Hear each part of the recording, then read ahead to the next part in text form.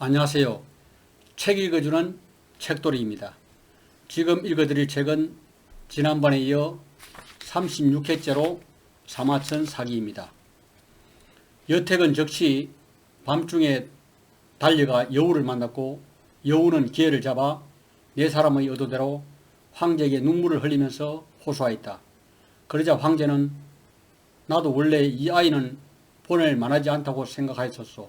좋소, 내가 직접 가겠소. 라고 하였다. 그라여 황상은 친히 군대를 통솔하여 동정하였고 남아있게 된 대신들이 모두 패상까지 전송하였다. 당시 장량은 병중이었지만 억지로 몸을 일으켜 고국까지 가서 황제를 만나 말하였다. 이번 폐하의 출정에 신이 마땅히 폐하를 수행해야 하는데 신의 병이 매우 중하여 움직일 수 없습니다. 초나라 군대는 빠르고 민첩하며 용맹스럽기 때문에 폐하께서는 아무쪼록 그들과 강경하게 맞서지 마십시오 라고 권하고 다시 기회를 보아서 황제에게 태자를 장구를 임명하셔서 관중의 군대를 감독하고 통솔하도록 하십시오 라고 권하였다. 그러자 황제는 비록 자방이 병중이지만 누워서라도 태자를 힘써 보자 하시오 라고 말했다. 이때 숙손통은 태자 태보로 임명됐고 장량은 태자 소부의 직위를 겸직하여 이를 처리하였다. 한나라 12년 황제가 경포를 격파한 군대로부터 장안으로 돌아와서 병이 더욱 심해졌다. 그러자 더욱 빨리 태자를 바꾸려고 하였다. 장량이 말렸지만 황제가 받아들이지 않자 유우는 청병을 하고 물러나 나오지 않았다. 태자 대부 숙손통이 고금의 사례를 인용하면서 태자를 보위하기 위해서 모든 힘을 다해 설득하였다.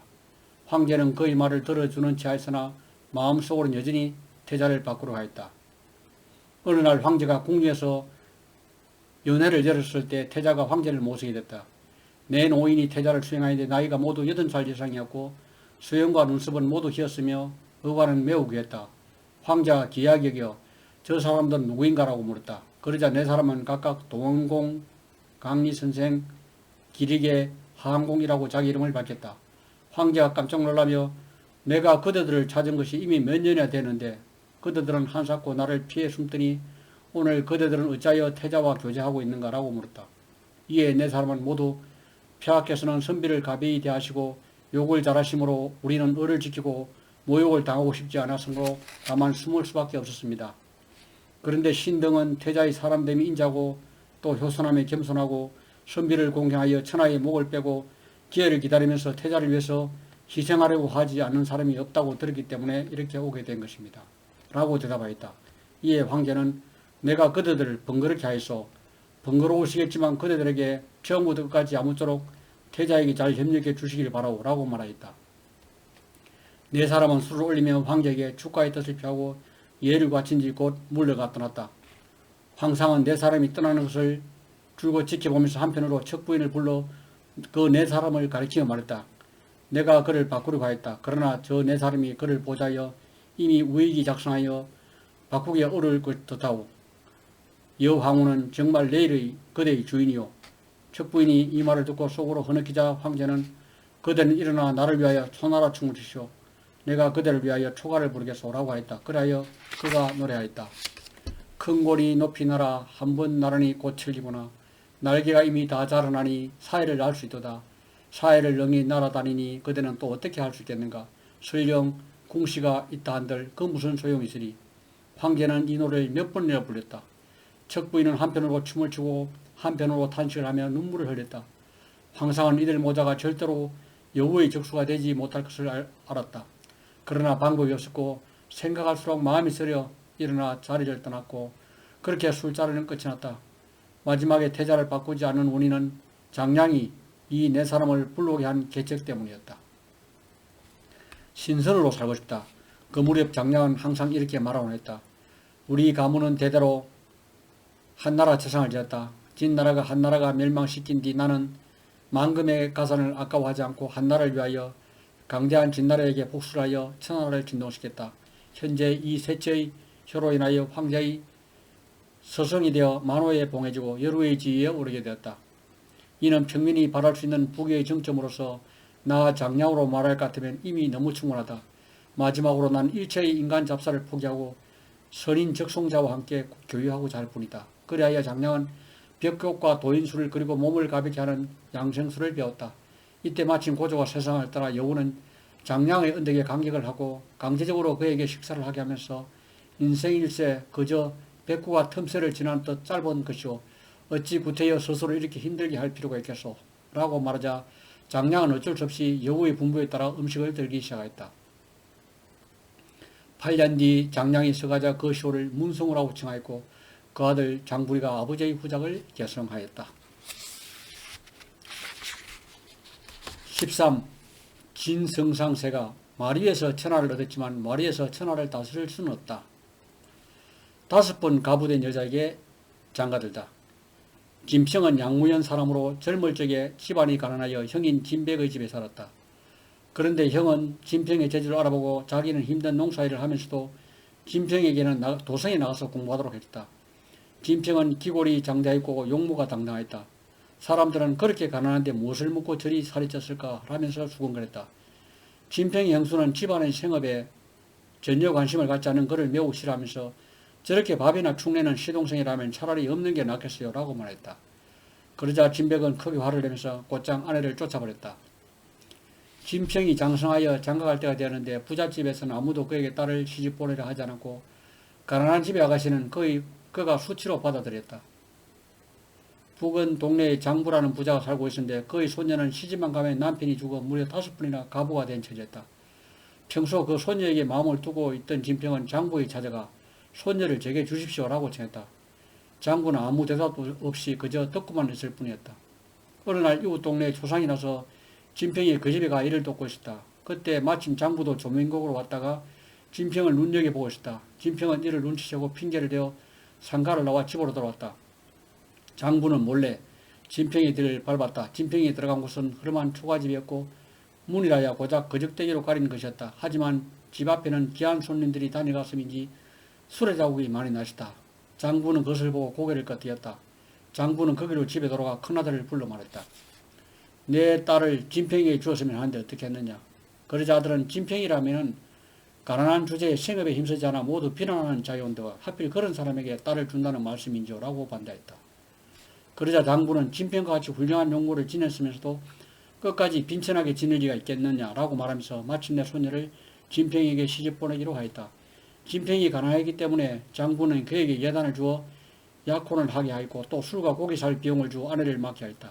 그리고 장부는 손녀에게 진평이 가난하도 가여 그 사람을 섬김에 불손하게 하지 말라. 그리고 시숙 섬기기를 아버님 섬기듯 하고 형님 섬기기를 어머님 섬기듯 하라 라고 당부하였다. 진평은 장부의 손녀에게 장가를 든 후 재물이 나날이 넉넉해지고 교류의 범위도 날로 넓어졌다. 진평이 사는 마을이 신의 제사를 지내게 되자 진평은 그 일의 책임자가 되어 고기를 공평하게 분배했다. 그러자 동네 어른들이 진평 저 젊은이가 고기 분배를 아주 잘한다라고 말했다. 이에 진평은 만약 나로 하여금 천하를 다스리게 한다면 마치 이 고기들을 분배하듯이 할 텐데라고 탄식하였다. 의심나는 자는 기용하지 말고 기용하면 의심하지 말라. 그 후 진성이 반란을 일으켜 원래 위나라 땅이었던 곳을 평정한 뒤 위구를 세워 위양으로 삼았다. 이때 진평은 이미 형 진백과 작별하고 위나라에 찾아가 위양을 만났고 위양은 그에게 벼슬자를 주어 등록했다.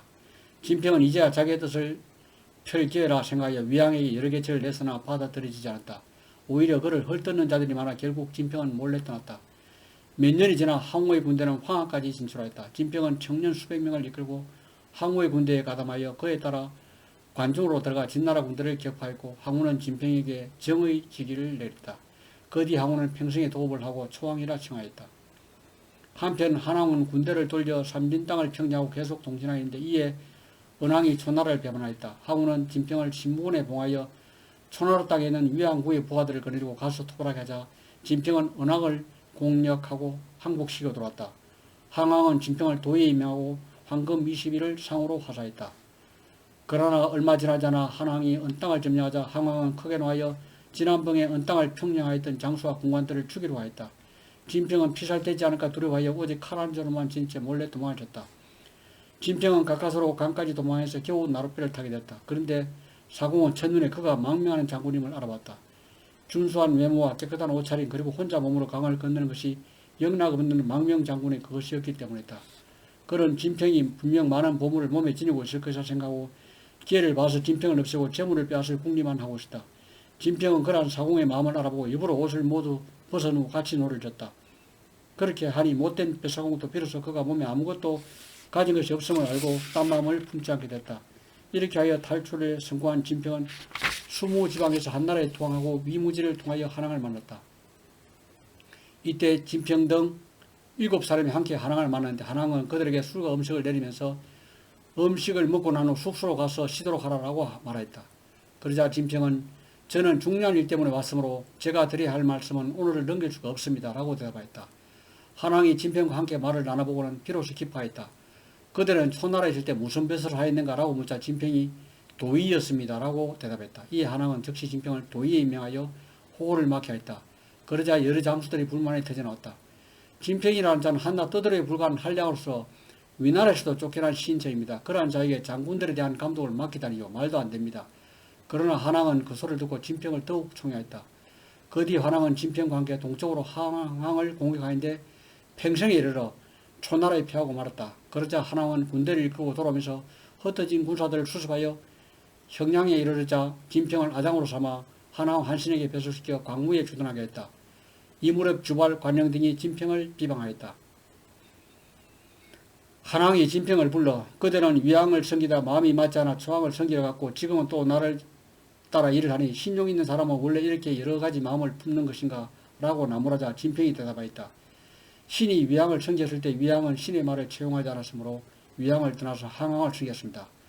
또 한왕은 다른 사람을 믿지 못하고 오직 그가 신임하고 총애하는 사람은 항실이가 아니면 그 처남들이기 때문에 설령 뛰어난 책사가 있다고 하더라도 중용되지 않아 초나라를 떠났던 것입니다. 그런데 대왕께서 사람을 잘 보신다고 쓰신다는 소문이 있어서 대왕께 기순한 것입니다. 그리고 신은 맨손으로 온 탓에 여러 장군들이 보내준 황금을 받지 않고서는 설 돈이 없었습니다. 만약 신의 계책 가운데 쓸만한 것이 있다면 대왕께서 채택해 주시고 만약 쓸만한 것이 없다면 황금이 아직 그대로 있으니 바로 군대 잘 봉하여 관청으로 보내고 사직하게 해 주시옵소서. 이 말을 들은 한왕은 즉시 진평에게 사과하고 많은 상을 내렸다. 그리고 그를 호군 중에 벼슬에 임명하고 모든 장군들을 감독하게 하자 여러 장군들은 감히 더 이상 말을 하지 못하였다. 반강제의 명수. 그 후 초나라가 한나라를 공격하여 군량과 마초를 운반한 한나라의 용도를 끊어버리고 형양성에서 한왕을 포위했다. 그 얼마 후 한왕은 남국을 걱정하여 형양 서쪽의 땅을 떼어주면서 강화할 것을 요청했지만 한왕이 되지 않았다. 한왕이 진평에게 천하가 몹시도 어지러운데 언제나 안정이 되겠는가라고 묻자 진평이 이렇게 말하였다. 한왕은 다른 사람을 공경하고 사랑하여 가고 청림하고 자주 있고 예의를 좋아하는 선비들이 대부분 그에게 기순하였습니다. 그러나 농공행상을 하고 자기와 봉지를 내린 데는 오히려 너무 인식하여 선비들이 이 때문에 그에게 완전히 의지하지 않습니다. 그런데 지금 대왕께서는 오만하시고 예를 가볍게 여기시어 청렴하고 절개 있는 선비들은 오지 않으니 대왕께서 자기와 봉지를 아낌없이 내리심으로 청렴함과 절개를 돌보지 않고 이익을 탐하기를 부끄러워하지 않은 선비들이 대부분 대왕의 한나라로 기순하였습니다. 만약 양자의 결정을 버리고 장점을 취하신다면 천하를 평정하실 수 있을 것입니다. 한왕은 그의 의견에 따라 황금 4만관을 내어 진평에게 주어서 마음대로 쓰게 하고 그의 돈의 출납에 대해서는 일체 묻지 않았다. 진평은 많은 황금을 뿌리면서 초나라 군대의 대규모 첩자를 파견하고 공개적으로 유언별을 퍼뜨려 종림회 등이 한왕의 장수로서 공을 많이 쌓았는데도 한왕이 끝내 땅을 떼어 왕으로 봉하지 않았기 때문에 한나라와 동맹하여 한왕을 멸망시키고 그 땅을 나누어 각기 왕이 되고자 한다고 말을 전했다. 가연 한왕은 종림회 등을 불신하기 시작하였다. 한왕이 이미 그들을 의심하면서 사신을 한나라로 보냈다. 한왕은 사람을 지켜 풍성한 대리를 마련하여 들고 가게 했다. 그리고는 초나라 사신을 보고 짐짓 놀라는 척하면서 나는 아버의 사신인 줄 알았더니 알고 보니 한왕의 사신이었구려 하고 풍성한 음식을 가지고 나가게 하고 다시 나쁜 음식을 사신에게 주게 하였다. 이것으로 책 읽기를